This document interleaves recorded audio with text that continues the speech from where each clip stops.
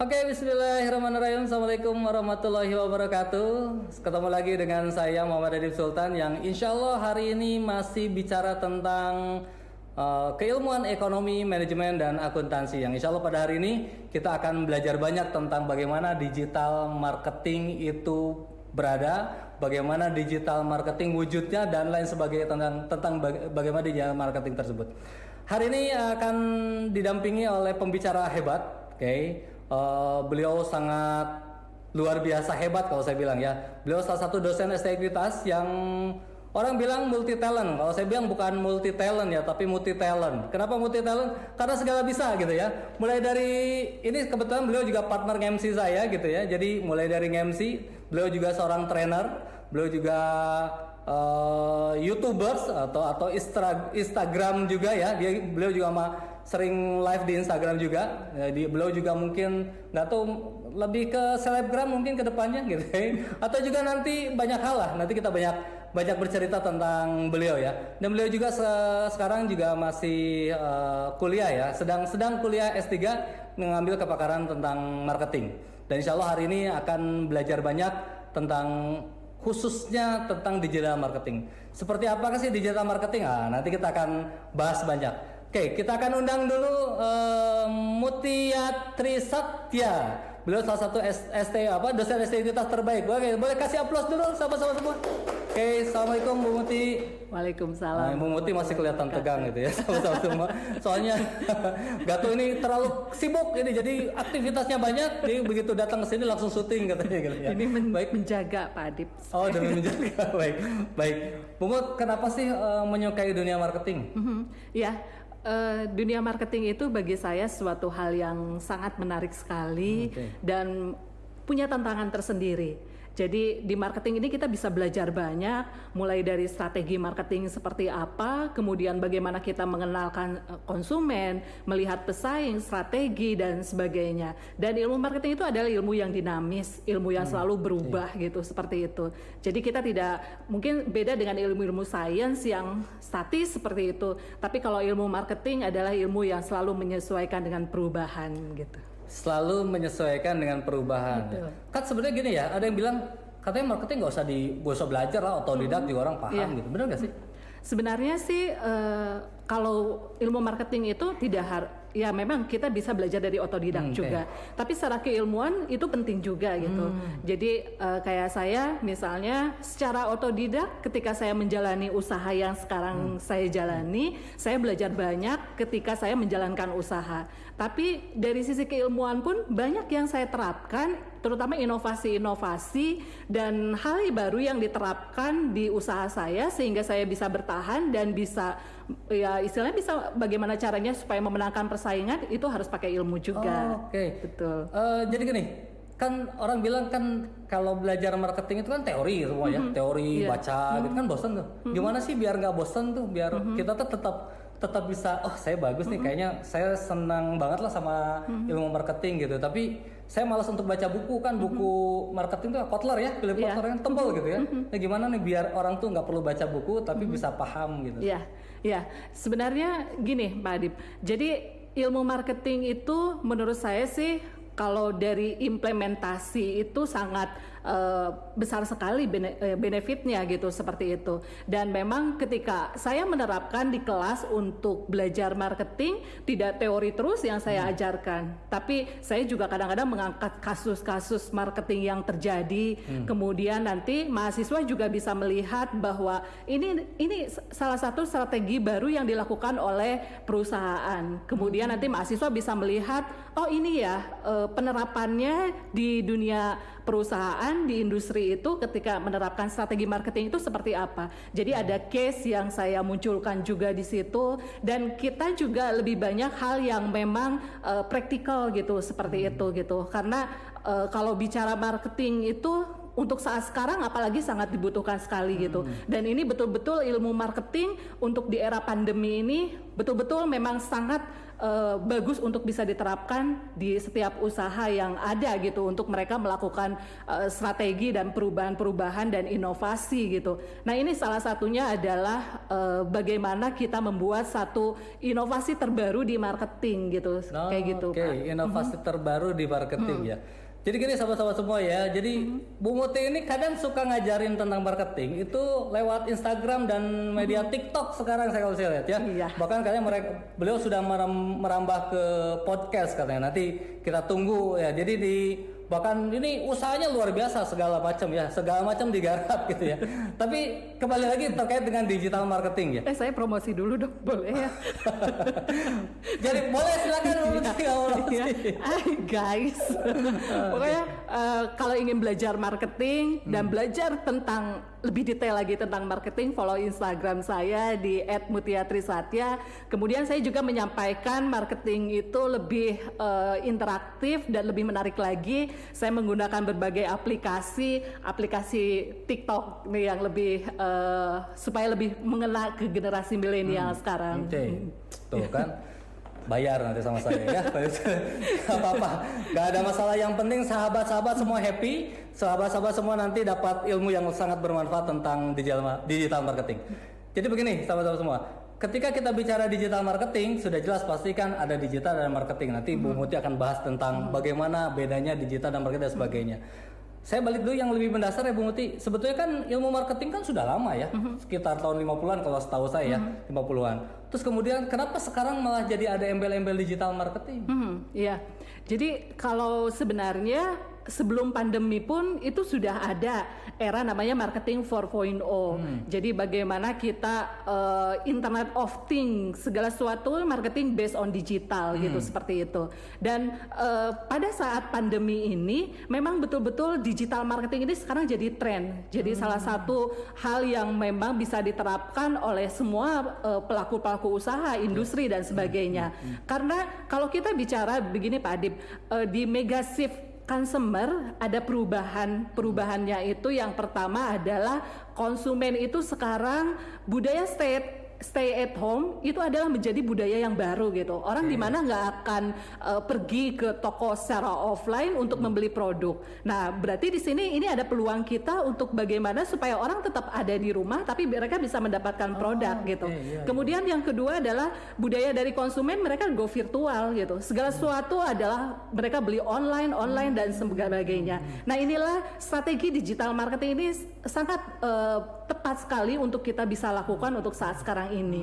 Sekarang kalau misalnya kita lihat data Pak Adib, orang menghabiskan untuk waktu ketika mereka menggunakan internet itu bisa sampai 7 atau 8 jam untuk menggunakan internet gitu, seperti itu. Jadi ini adalah kesempatan dan peluang-peluang usaha untuk bagaimana supaya mempromosikan produk, terus kemudian memberikan brand awareness kepada konsumen dengan melalui aplikasi dan platform dari digital marketing ini. Oke, berarti gara-gara ada pergeseran perilaku ya, perilaku konsumen, dampaknya ternyata berkembanglah di digital marketing tadi. Jadi kenapa begitu Bu Muti sampai cerita ini sangat menjanjikan sekali terkait digital marketing dibandingkan yang konvensional? Kenapa ya? Nah, terima kasih atas pertanyaan ini Pak Adib. Jadi sekalian saya promosi lagi. Saya sekarang semenjak era pandemi di bulan Maret itu saya melihat apa nih peluang usaha yang bisa saya lakukan untuk saya tetap bisa berjalan kegiatan saya seperti biasa. Lalu saya menciptakan peluang dan mempunyai ide, saya ingin membuka IO gitu. Tapi IO secara online seperti apa gitu. Akhirnya saya membentuk satu usaha namanya Muti Production Jadi itu adalah layanan IO untuk webinar, training, dan wisuda online seperti itu gitu. Dan melihat di situ, ketika saya memanfaatkan media sosial saya, Instagram, kemudian Facebook, dan juga saya mengiklankan di IG Ads, Facebook Ads gitu seperti itu, dan animo dari masyarakat, dari konsumen melihat layanan jasa itu. Oh, mereka sangat antusiasnya sangat bagus sekali gitu, seperti itu. Jadi saya merasa keuntungan yang saya dapat ketika saya menggunakan platform-platform yang ada di digital marketing ini sangat luar biasa sekali dampaknya buat usaha yang saya lakukan gitu. Jadi mungkin bagi teman-teman juga yang mempunyai usaha, kalau misalnya menggunakan online, manfaatkan media-media atau platform yang ada di baik itu media sosial dan sebagainya, manfaatkan itu gitu. Karena itu akan mendapatkan dampak dan benefit yang luar biasa. Tapi ingat kembali lagi, konten di dalam Instagram misalnya, Instagram yang kita buat, jangan terus kita mempromosikan produk kita, itu juga ada strateginya. Nanti kita bicara lebih banyak. Kalau hanya bicara jual produk, itu namanya hard selling. Tapi saya menggunakan strateginya soft selling. Nanti teman-teman bisa lihat di Instagram saya tidak terus-menerus untuk mempromosikan produk saya, tapi saya juga coba untuk mengedukasi konsumen saya tentang berbagai hal gitu, seperti itu. Jadi mulai dari bagaimana untuk memenangkan strategi bisnis, bagaimana untuk bisa menarik konsumen gitu, seperti itu. Saya memberikan banyak tips di situ gitu untuk semakin usahanya semakin berkembang gitu, seperti itu. Gini nih, kalau saya ngobrol sama Bu Muti habis, jadi saya fungsi moderator cuma jadi penonton begini dong. Gitu sama. Ya memang biasa ya. Jadi sebenarnya begini ya. Memang beliau memang menyukai dunia marketing, makanya tadi sangat bercerita tentang hard selling, soft selling ya. Kita tahan dulu Bu Muti. Jadi saya kalau kasih ruang pasti akan promosi lagi produknya ya. Kita coba tahan dulu. Saya ingin memastikan dulu bahwa Bu Muti itu memang mau bercerita nih. Sahabat-sahabat pasti sudah nggak sabar ya bahwa seperti apa sih wujud digital marketing? Nah, baiklah, silakan Bu Muti boleh bercerita digital marketing, baru nanti sedikit-sedikit saya akan jawab atau saya akan tanya gitu kan, nanti kita akan diskusi lagi. Pak, silakan. Baik, terima kasih Pak Adib. Ya, teman-teman, kalau kita bicara digital marketing ini adalah bagaimana kita memasarkan dengan cara memanfaatkan media gitu. Media yang menampilkan gambar, biasanya banyak digunakan dalam mempromosikan brand atau sebuah produk gitu, seperti itu. Itu tentang konsep dari digital marketing. Nah, sekarang kalau kita bicara seperti ini, di digital marketing untuk mengukur efektivitas iklan itu sangat mudah gitu. Beda ketika kita mengukur efektivitas iklan dengan media seperti elektronik, kemudian media cetak dan sebagainya. Itu agak sulit kita bagaimana mengukur efektivitas iklan. Tapi kalau dengan internet itu akan banyak aplikasi yang kita bisa lihat apakah iklan yang kita lakukan ini efektif atau tidak. Misalnya ketika kita mengiklankan produk kita itu di Instagram. Nah, ketika kita mempromosikan melalui IG Ads dan Facebook Ads, itu mereka akan menampilkan di insight kita, impression kita ada berapa banyak, reach kita ada berapa banyak gitu ya. Teman-teman di sini harus membedakan dulu antara reach dan impression. Kalau reach itu adalah jangkauan kita, berapa banyak orang yang melihat, yang dalam artian iklan itu bisa menjangkau berapa banyak gitu kalau di reach. Tapi kalau di impression itu adalah seberapa banyak orang yang tertarik dengan iklan yang kita tampilkan, kemudian mereka mengklik iklan kita. Nah, itu bisa terlihat gitu, berapa orang yang reach dan impression, berapa orang yang visit di Instagram kita, berapa orang yang follow dan sebagainya. Nah, ini dalam satu hari kita akan dapat update terus seperti itu. Jadi kita bisa melihat bahwa iklan kita itu banyak orang tertarik atau enggak gitu, seperti itu. Nah, ini dengan menggunakan internet atau digital marketing ya untuk mengiklankan produk kita. Nah, teman-teman, di sini kalau kita lihat salah satu keuntungan dari digital marketing, jadi di mana dari sisi biaya saja, biaya itu lebih efisien, jadi lebih murah. kalau teman-teman misalnya memasang iklan untuk di IG Ads cukup 50.000 satu hari, kita harus langsung bisa lihat berapa banyak orang yang tertarik terhadap iklan kita gitu, seperti itu. Kemudian nanti dari IG Ads itu akan langsung connect ke Facebook Ads, itu hanya 50.000. Kalau pakai Google Ads itu bisa sekitar 25.000 per hari gitu untuk menggunakan iklan itu gitu. Apalagi kan sekarang dengan banyak media aplikasi gitu. Aplikasi, kalau teman-teman ingin mencoba menggunakan aplikasi TikTok, itu adalah aplikasi sekarang yang banyak generasi milenial untuk mengiklankan di situ. Teman-teman jangan berpikirnya bahwa TikTok itu adalah hanya joget-joget, kemudian hanya dia menampilkan segala sesuatu yang sifatnya entertain gitu. Tapi di TikTok ini banyak produk-produk yang ada gitu. Mereka mempromosikan iklan-iklannya di situ. Dan kalau dilihat karena TikTok ini adalah banyaknya generasi milenial, itu sangat kena sekali gitu. Orang-orang untuk memasang iklan-iklan di aplikasi TikTok itu sangat efektif sekali gitu untuk saat sekarang ini gitu. Nah, kita lihat lagi. Kalau dilihat dari sisi marketing, teman-teman pasti pada tahu lah kalau misalnya kita bicara marketing itu adalah 4P, product, price, place, dan promotion. Tapi untuk saat sekarang ini kita tambah dengan consumer. Kenapa harus ada consumer di sini gitu? Karena di dalam consumer, di dalam marketing mix, atau misalnya kita kaitkan dengan digital marketing, ini sangat penting sekali gitu. Karena di sini pada saat misalnya kita mau memasarkan atau mempromosikan produk kita melalui iklan, itu dia akan ada satu pilihan di mana kita harus menentukan segmentasi kita itu siapa. Jadi pada saat kita mau mengiklankan, itu akan ditanya siapa segmentasi kita, laki-laki, misalnya kalau dilihat dari gender, laki-laki atau perempuan, usianya usia berapa, 16 sampai, atau ada optionnya berapa yang akan kita pilih. Kemudian setelah itu rata-rata mereka itu sukanya atau kegiatannya lebih kemana gitu. Kalau misalnya kita ambil dari profesinya, misalnya kita membidiknya adalah konsumen-konsumen yang di universitas atau di industri atau misalnya di organisasi atau apa. Nah, mereka akan membuat spesifik seperti itu. Jadi ketika kita mengklik membuat segmentasi kita seperti itu, nanti follower-follower yang akan masuk di akun kita itu adalah orang yang sudah tersegmentasi seperti itu. Sehingga kita tahu bahwa follower kita adalah mereka misalnya kayak follower di saya, banyaknya adalah orang-orang yang bergerak di bidang pendidikan gitu, dosen dan profesi lainnya.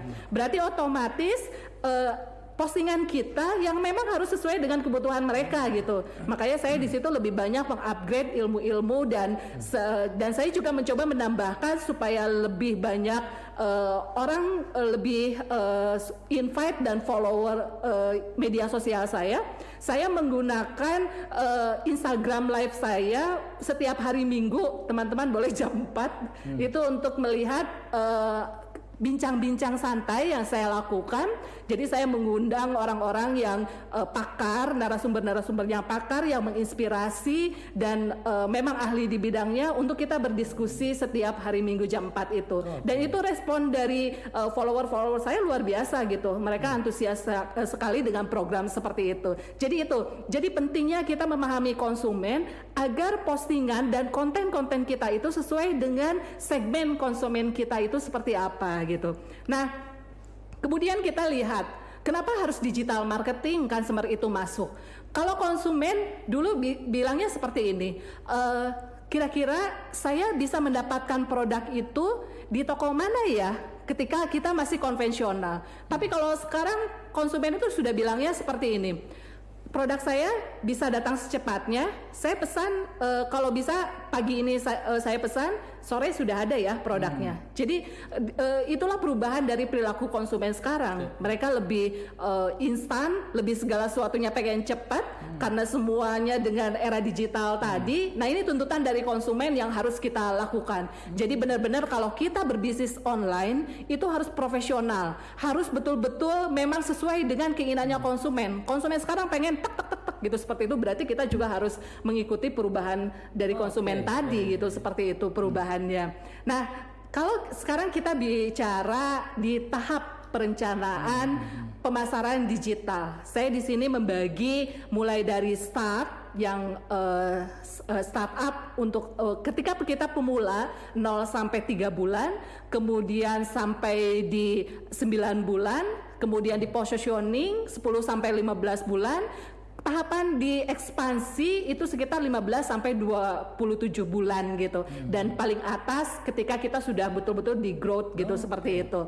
Nah, di sini ada beberapa tahapan-tahapan yang dimana perencanaan ketika kita pasti set up 0 sampai 3 bulan. Berarti bagaimana kita mulai membangun atau membuat interaksi dengan audiens, itu yang paling penting. Dan di sini harus betul-betul bagaimana strategi konten kita harus betul-betul menarik gitu, seperti itu. Dan teman-teman, ketika kita memasang iklan di feednya Instagram itu idealnya sih harus ada temanya gitu, satu warna, dan warna itu yang harus melekat di setiap postingan kita. Kayak saya identik dengan orange. Saya membuat logo usaha saya orange. Kemudian setiap flyer yang saya tampilkan dan konten yang saya tampilkan itu ada orange-nya. Nah, itu harus menjadi ciri khas kita gitu. Jadi jangan sampai keluar dari konteks itu, supaya orang ingat bahwa produk kita, oh produk ini warnanya identiknya ini seperti ini gitu. Jadi sudah menanam brand image-nya itu di benak konsumen gitu, seperti itu gitu. Dan ketika tahap sudah sampai 4 sampai 9 bulan. Nah, di sini bagaimana kita sudah mulai bagaimana kita men-trigger respons dari audiens untuk diberikan respon kembali gitu, seperti itu. Dan bagaimana kita sudah mulai masuk di search engine, ini masuk seperti itu. Dan bagaimana kita menjadikan lalu lintas komunikasi di sosial media itu adalah customer service kita. Tahapan yang selanjutnya pada saat positioning, di sini kita harus membentuk positioning kita gitu. Kita harus mulai menarik bagaimana bisa memberikan omset dari online media ini gitu, seperti itu. Jadi mulai berubah konsep-konsep kita, harus tadi membentuk positioning tadi, ini yang harus kita lakukan gitu.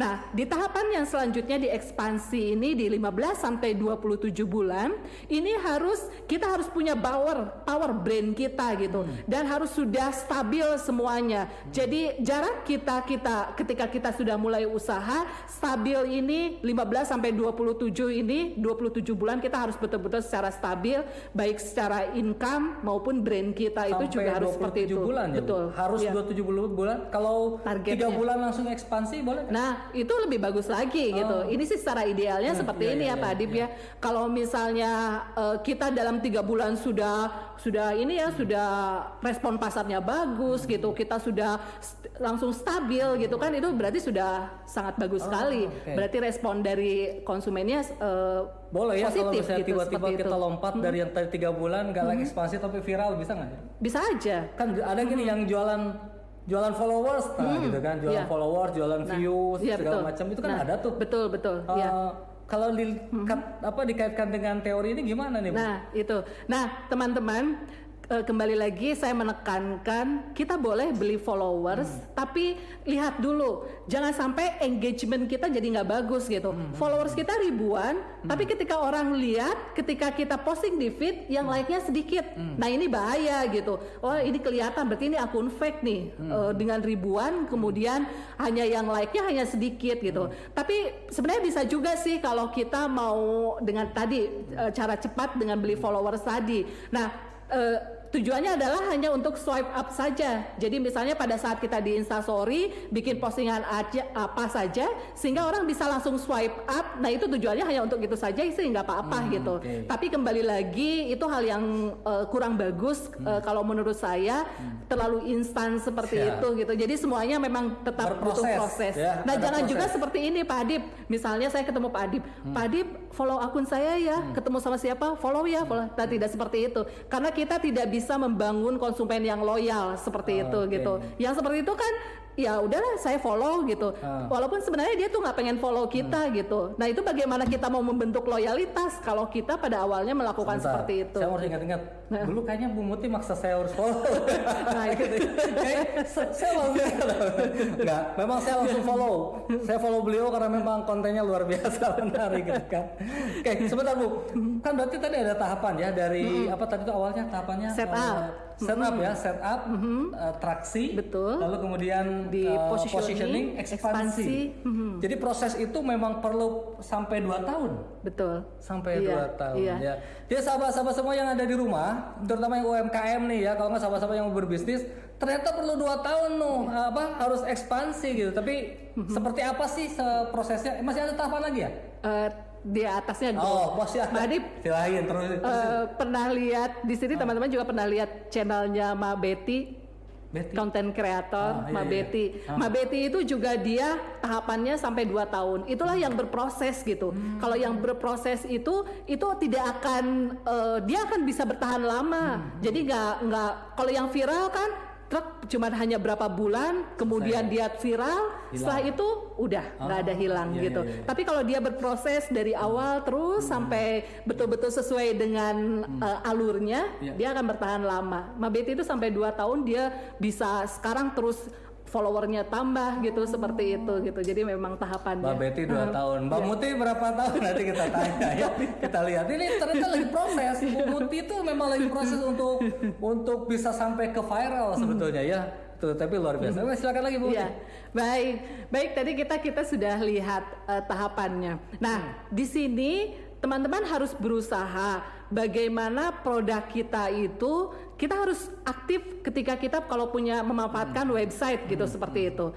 Mungkin sudah ada yang tahu istilah SEO gitu, Search Engine Optimization gitu seperti itu. Nah, bagaimana supaya orang ketika mengklik misalnya klik baju muslim, tiba-tiba keluarlah brand kita gitu, kuliner, makanan, minuman. Nah itu kita harus berupaya bagaimana ketika menampilkan orang mengklik di SEO itu langsung muncul brand kita. Nah itulah kita harus sering update juga untuk di web. Nah pentingnya tadi seperti saya bilang bahwa kalau orang ingin tertarik masuk di konten kita adalah kita harus menggunakan strateginya soft selling tadi gitu. Jadi tidak hanya menjual produk, tapi bagaimana kita juga mengedukasi konsumen kita dengan hal yang lain. Jualan kopi misalnya, kita bisa mengedukasi konsumen tentang manfaat kopi itu berasal dari mana, misalnya ada jenis-jenis kopi atau seperti apa, atau kita demokan bagaimana meracik kopi yang enak gitu kan. Itu kan salah satu hal juga untuk mengedukasi konsumen kita.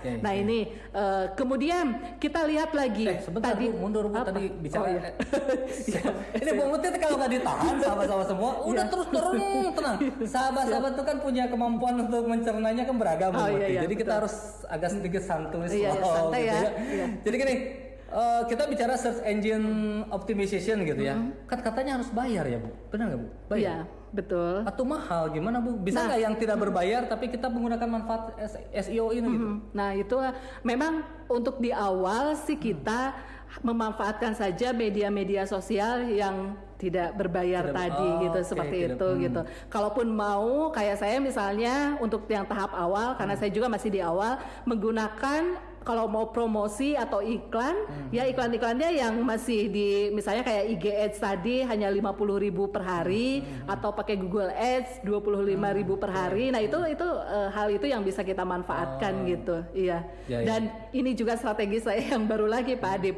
Jadi saya akan melihat kira-kira teman saya yang punya followernya banyak itu siapa gitu. Jadi ketika saya menampilkan produk, saya bisa minta teman saya misalnya tolong dong posting di story-nya atau apa gitu, seperti itu juga kita bisa lakukan gitu, hal-hal yang kita memanfaatkan dengan relationship tadi yang kemarin kita bedah buku tentang Never Eat Alone, saya belajar dari situ gitu. Ternyata memanfaatkan relationship itu juga bisa salah satu kunci sukses di dalam bisnis kita gitu, seperti Padahal itu. follower saya banyak, Bu Muti nggak minta sama saya. Ya, nanti Pak. Baik. Jadi ternyata SEO itu penting juga ya, search engine. Jadi apa ya? Memang kalau mau nyari, berarti web kita harus punya dong kalau SEO ini. Iya. Kalau nggak punya web? Nanti nggak bisa masuk di sini. Oh, jadi nggak bisa menggunakan search engine optimization ya. kalau ini teman-teman misalnya belum bisa memanfaatkan ini, masih ada media lain ya? Masih. Oh, oke, Iya. coba lihat seperti apa sih media lain. Ya, baik Pak Adib. Nah, kita lihat di sini, misalnya salah satunya adalah dengan menggunakan mobile advertising. Ini juga bisa kita lakukan, dan di mana kita dalam menampilkan mobile advertising ini adalah kegiatan yang promosi yang dirancang untuk dikirimkan ke ponsel gitu dan perangkat genggam lainnya. Jadi kita bisa manfaatkan musik, kemudian grafik, suara, tulisan, dan semua hal yang bisa orang pada saat tampil di situ tinggal mengklik, oh ini menarik ya gitu. Jadi pada saat detik-detik itu tuh yang harus kita manfaatkan orang sehingga mau klik iklan kita. Kemudian email juga, memang tapi terkadang email sekarang udah mulai agak ditinggalkan ya, kan orang banyak spam gitu betul ya. Lewat-lewat. Nah itu dibaca. kadang-kadang iklan masuk ke email masuknya ke spam gitu. Jadi mungkin ini agak kurang juga kalau kita memanfaatkan email. Nah kemudian kita bisa lakukan dengan salah satunya dengan menggunakan sosial media marketing. Jadi bagaimana di sini dari satu sosial media marketing bisa kemana-mana. Produk kita bisa dikenal tidak hanya di Indonesia, di seluruh dunia juga tahu tentang produk kita gitu. Manfaatkan hashtag gitu juga sangat bermanfaat sekali gitu. Ya? Jadi betul, itu salah satu yang bisa kita lakukan pada saat kita posting hashtag apa yang berkaitan dengan produk kita, sehingga akan muncul di setiap hashtagnya produk-produk kita seperti itu gitu. Nah ini bagaimana peran media dari satu media ini sangat luar biasa gitu untuk bisa menyebarkan informasi tentang produk kita gitu. Nah kemudian kita lihat lagi, misalnya di sini ada Facebook Ads juga gitu. Facebook Ads ini kegunaannya adalah untuk membangun brand awareness melalui Facebook. Jadi biasanya kalau kita akun kita di Instagram adalah akun bisnis, itu langsung ada Facebook Ads-nya, itu langsung link seperti itu. Jadi ketika kita posting di Instagram, itu akan langsung link ke Facebook Ads gitu seperti itu. Dan di sini dengan Facebook Ads kita lebih bisa meningkatkan interaksi, komunikasi dan relasi dengan audiens tadi gitu. Dan bagaimana kita juga bisa membangun word of mouth melalui platform Facebook. Nah, di sini teman-teman, salah satu hal yang bisa kita lakukan ketika seseorang sudah menjadi konsumen kita, dan tadi salah satunya di bisnis digital marketing atau bisnis-bisnis yang menggunakan bisnis online ini adalah sistemnya trust, kepercayaan. Bagaimana kita bisa membangun kepercayaan konsumen itu dengan memberikan layanan yang terbaik dari kita. Semuanya serba cepat dan harus serba profesional. Ketika konsumen sudah puas selesai menggunakan jasa kita, minta testimoninya. Testimoninya seperti apa? Tanyakan kepada konsumen-konsumen kita, kemudian kita posting lagi di feed maupun di story gitu. Nah itu salah satu untuk membangun trust. Karena kan kalau bisnis yang saya lakukan adalah bisnis jasa, orang nggak tahu seperti apa nanti jasa yang saya dilakukan. Tapi ketika ada testimoni, kemudian ketika ada event yang sudah yang sedang berlangsung, kita upload, kita baik di story maupun di feed, itu salah satu untuk membangun trust juga gitu. Nah ini salah satunya dengan Facebook Ads tadi. Jadi, gitu. Ini termasuk dia bisa membangun engagement yang tinggi di sini. Betul. Ya, karena bisa berinteraksi langsung. Mohon maaf, kan katanya saya, anak SMA itu, kalau nggak anak-anak muda sekarang kan meninggalkan Facebook, bukan meninggalkan ya, tapi nggak banyak yang menggunakan Facebook ya, benar ya? Atau gimana? Sebenarnya kalau kita lihat memang orang generasi milenial malah sekarang pindahnya Instagram itu kayaknya orang sudah mulai meninggalkan di situ. Pindahnya ke TikTok sekarang Pak Adib, pindahnya ke situ gitu. Jadi banyak sekarang produk-produk maupun orang yang membangun personal branding itu semuanya ada di TikTok gitu. Sandiaga Uno pun, Pak Anies Baswedan itu mereka punya TikTok juga gitu. Saya mau bikin TikTok, nah, yang itu belajar sama Bu Mumu. Betul. Nah itu.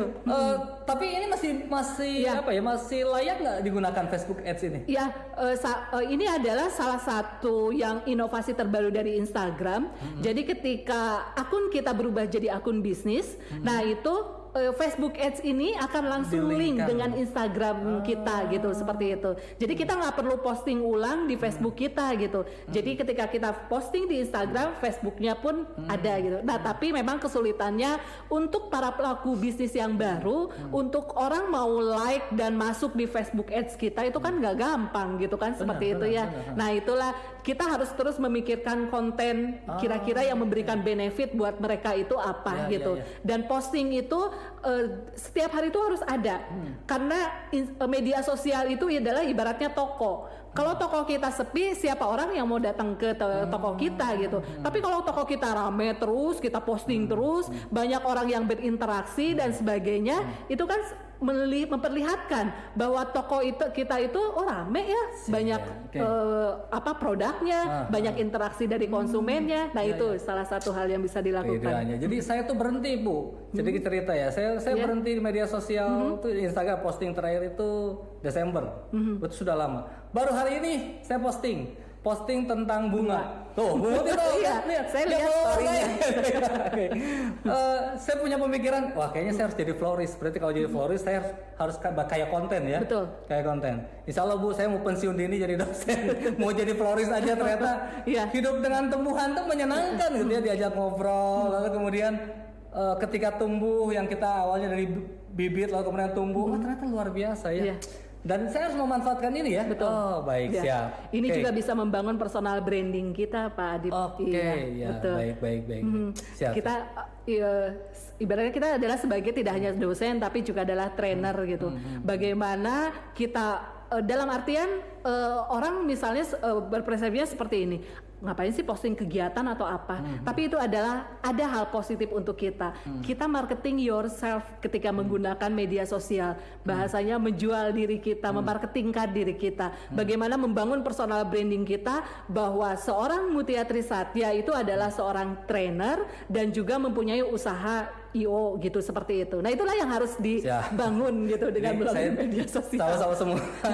Saya boleh jujur sedikit ya bahwa ini yang pernah saya lakukan dulu Bu, begitu kan. Makanya saya setiap kegiatan apapun saya posting gitu kan. Terus ternyata setelah Desember itu saya merenung gitu ya, waduh, saya masih harus belajar dulu gitu kan. Brand awareness penting, personal branding juga penting ya Bu ya.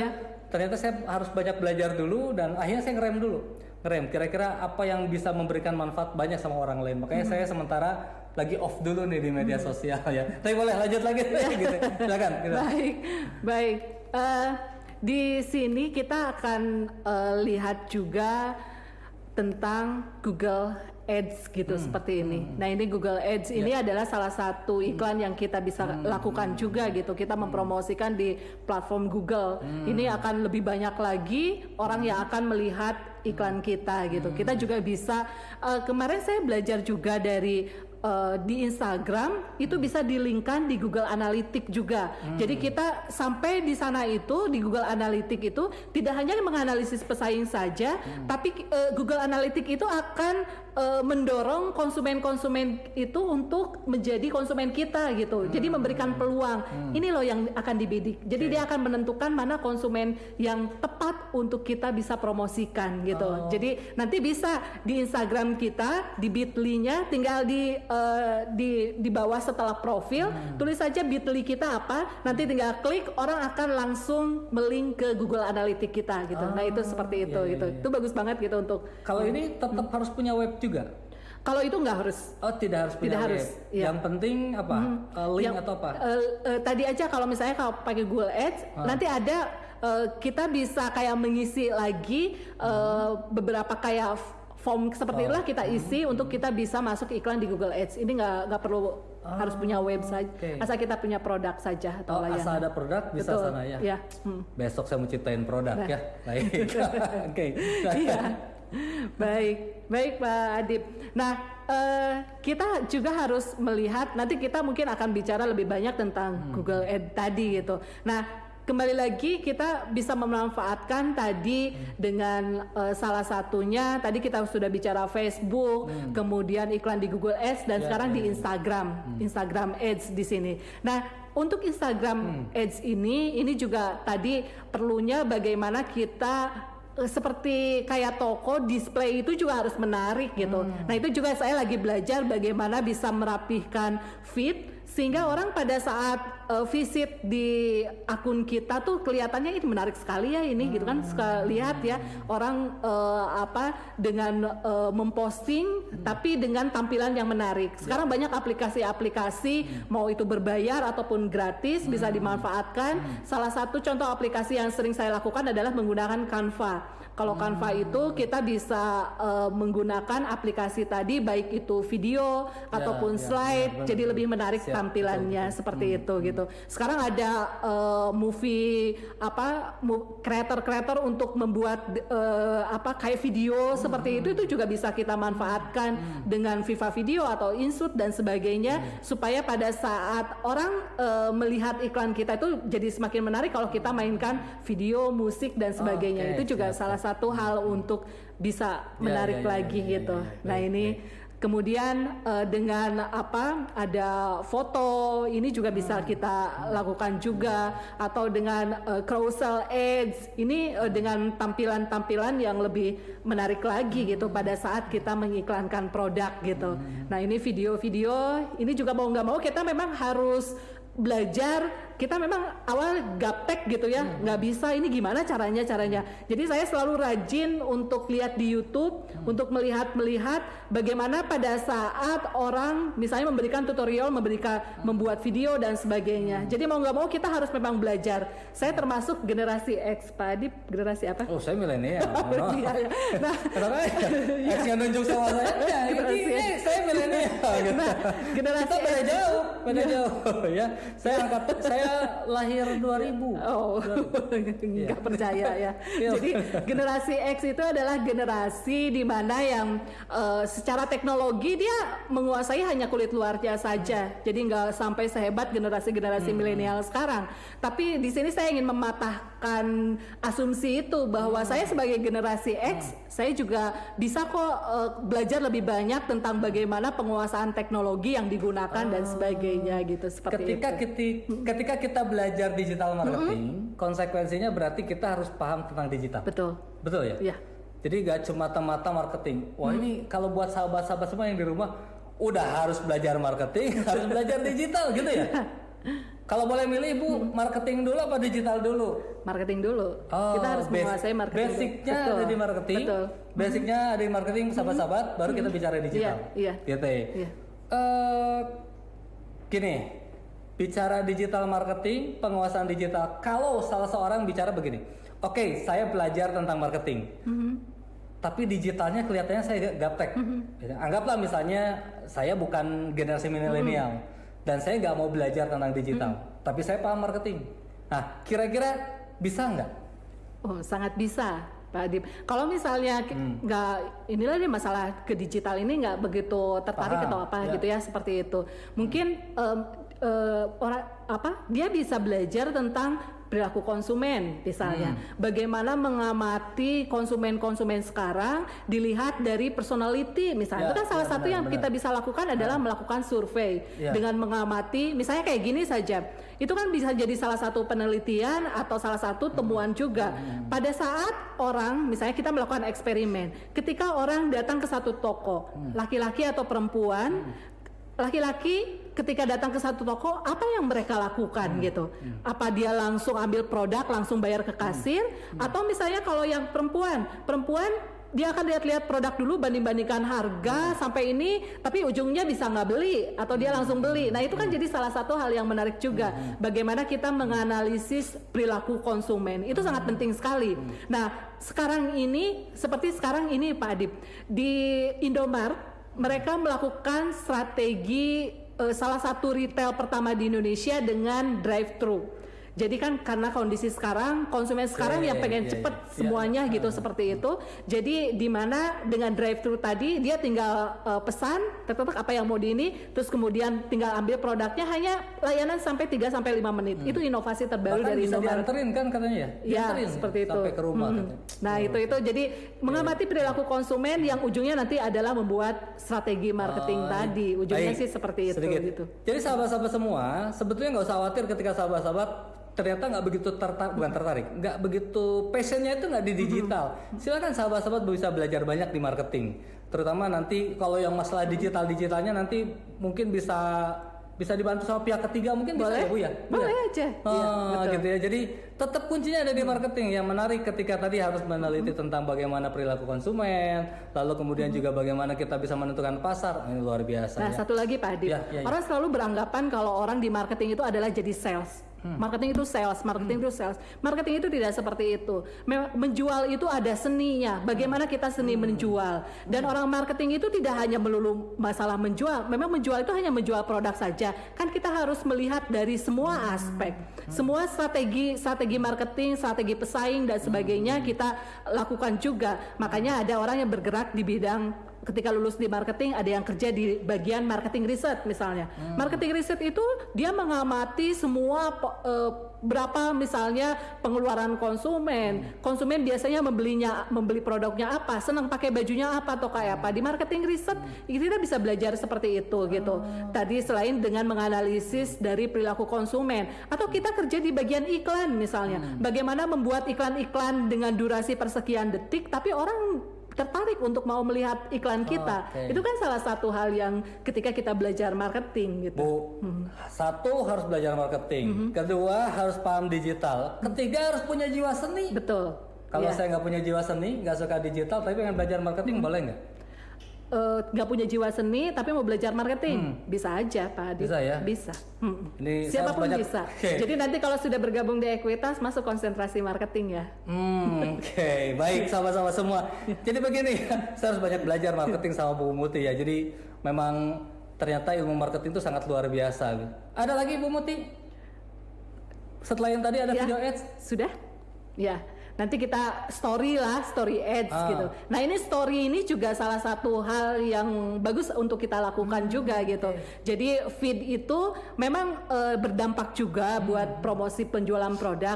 Tapi tidak ada salahnya kita memanfaatkan story ini. Story pada saat kita memposting gitu. Karena dengan story, kalau feed itu cepat ke bawah gitu, nanti orang nggak akan lihat postingan kita. Tapi kalau story itu akan selalu dilihat oleh orang lain gitu. Makanya kan kita suka lihat ketika jumlah yang like di feed dengan yang di story itu biasanya suka lebih banyak yang di story. Karena lihat gitu ya. Betul. Apalagi sekarang kan aplikasi di story itu sekarang sudah ada lagu, sudah ada filter dan sebagainya. Itu kan bisa dimanfaatkan gitu supaya lebih menarik. Saya baru pagi ini posting di story, udah ada 400 yang lihat. Luar biasa ya. Padahal cuma posting gitu doang ya. Aduh, ternyata ini ya story ads, namanya itu ya story ads. Hanya ada di Instagram. Di Instagram sama di Facebook ada. Sama di Facebook juga ada. gitu. Kalau di yang lain nggak ada.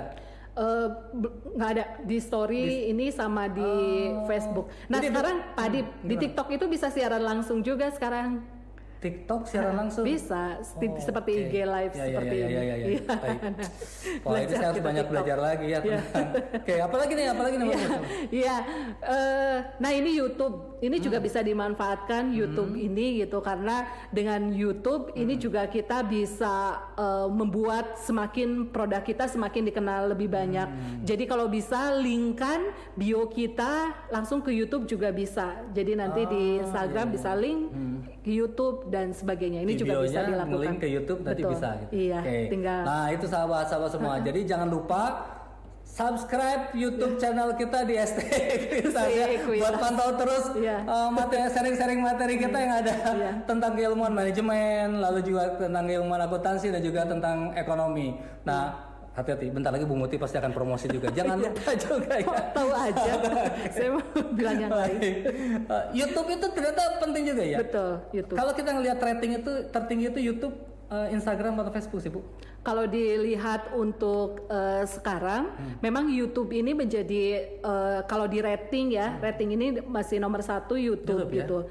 Dan kalau kita lihat secara realnya di lapangan, selain YouTube, ya tadi aplikasi TikTok itu menjadi salah satu tren terbaru gitu. Ini lagi ramai ya YouTube kan. Betul.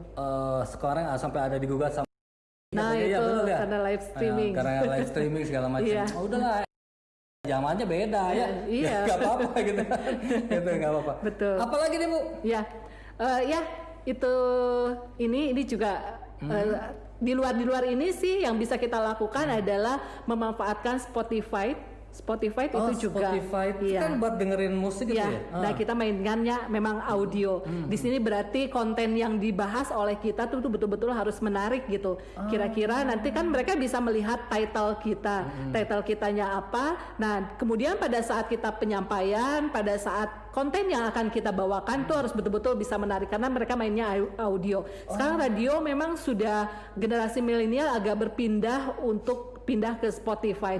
Dan kalau kita membuat konten hiburan itu menjadi nomor 1. Education sendiri masih di rating di bawah gitu kalau untuk itu. Okay. Ya, Jadi, hiburan itu nomor 1 gitu. Spotify ya, saya baru kepikiran Astagfirullah. Jadi padahal kan cuma audio aja ya. Iya, audio Tapi mereka saja. mau dengerin misalnya saya cuap-cuap ngomong gitu. Iya, Terus, sekarang rata-rata generasi sekarang mereka punya Spotify di aplikasi HP-nya gitu. Tadi berarti nggak ada ya. Katanya aku generasi milenial, saya generasi X punya loh Spotify. Gini, aduh, kalau mau jujur susah ya. Jadi itu nanti pembahasannya di luar panggung aja, gitu kan. Gitu. Jadi saya memang sudah lama berhenti untuk dengerin yang musik, sudah lama berhenti. Baik, berarti Spotify, ada YouTube, ya, ada Instagram, terus kemudian tadi ada Facebook. Ada TikTok, ada media lain nggak Bu selain itu? Untuk saat ini ini yang efektif. Itu berarti lebih kelasnya lebih di media sosial berarti. Betul, ya. Iya. Media sosial. Jadi sebetulnya kalau tadi tapi balik lagi ya. Sebetulnya kalau kita punya usaha UMKM lah, itu kebutuhan punya website itu berapa persen pentingnya tuh? Ya, untuk saat sekarang ini memang mau tidak mau kebutuhan kita terhadap media online ini memang sangat penting sekali gitu untuk produk-produk UMKM dan sebagainya. Karena yang terjadi dengan efek pandemi ini banyak UMKM yang tidak bisa berkembang lagi, tidak berjalan akibat dengan COVID-19 ini. Kemarin saya ikut salah satu webinar yang isinya adalah semua UKM di Belitung Geopark gitu. Dan mereka mengeluhkan dengan pandemi ini sama sekali tidak bisa berjalan gitu, seperti itu gitu. Nah, mereka mengharapkan untuk bisa bagaimana supaya tetap orang tahu produknya, mempromosikan produknya dan beli produknya. Mereka sangat ingin sekali produk-produknya itu ada di media sosial. Jadi itu yang dari Belitung Geopark mereka akan mencoba membuat akun-akun media sosial untuk bisa mempromosikan produknya untuk saat sekarang. Ya, dibuatkan. Betul, iya. Oke, yang terakhir nih Bu, kalau misalnya sahabat-sahabat yang lagi mau belajar usaha lah gitu kan.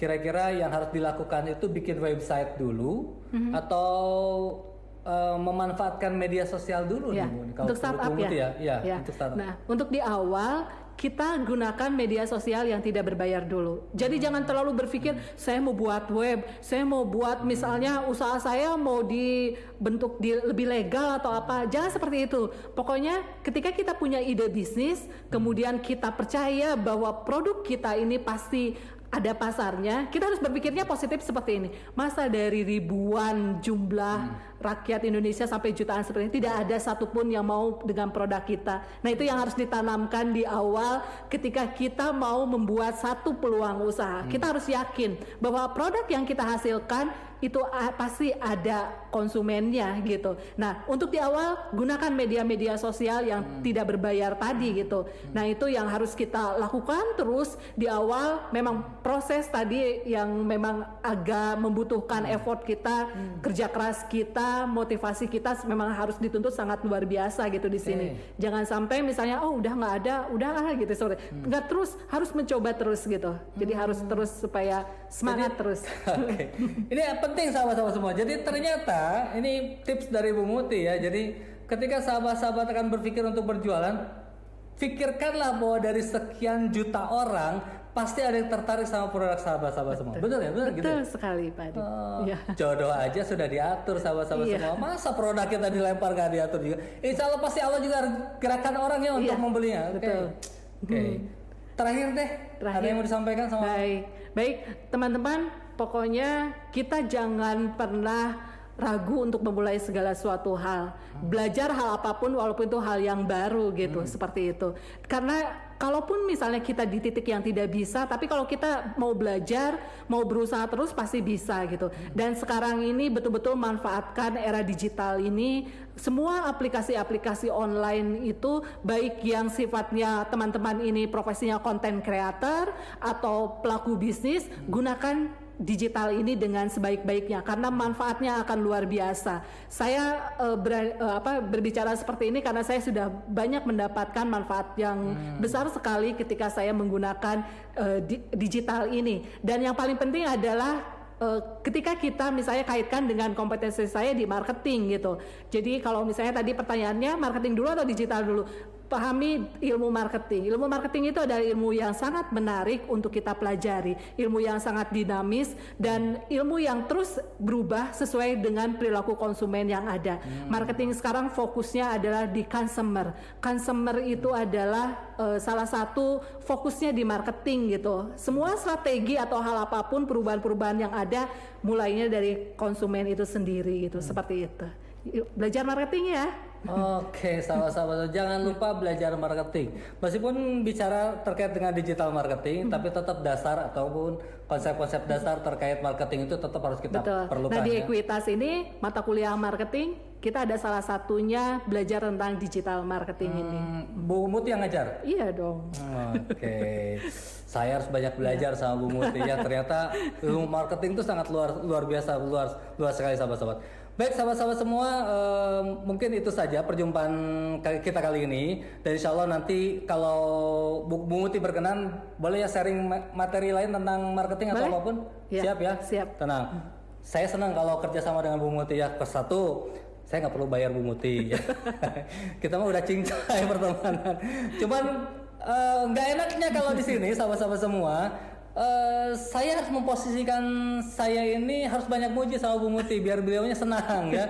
Karena kalau nanti ketika kita duet MC ceritanya jadi lain lagi ya. Baik, tapi ini orang luar biasa. Beliau salah satu trainer terbaik juga di Mark Plus. Jadi beliau trainer di Mark Plus juga yang memang paham tentang marketing dan insya Allah nanti kalau sahabat-sahabat mau bertanya tentang marketing boleh? Boleh. Nanya kemana? Promosi lagi nih ya. Instagram saya @mutiatrisatya, silakan di follow. Nanti di situ tinggal klik link bio, ada YouTube channelnya. Oke, baik, boleh silakan.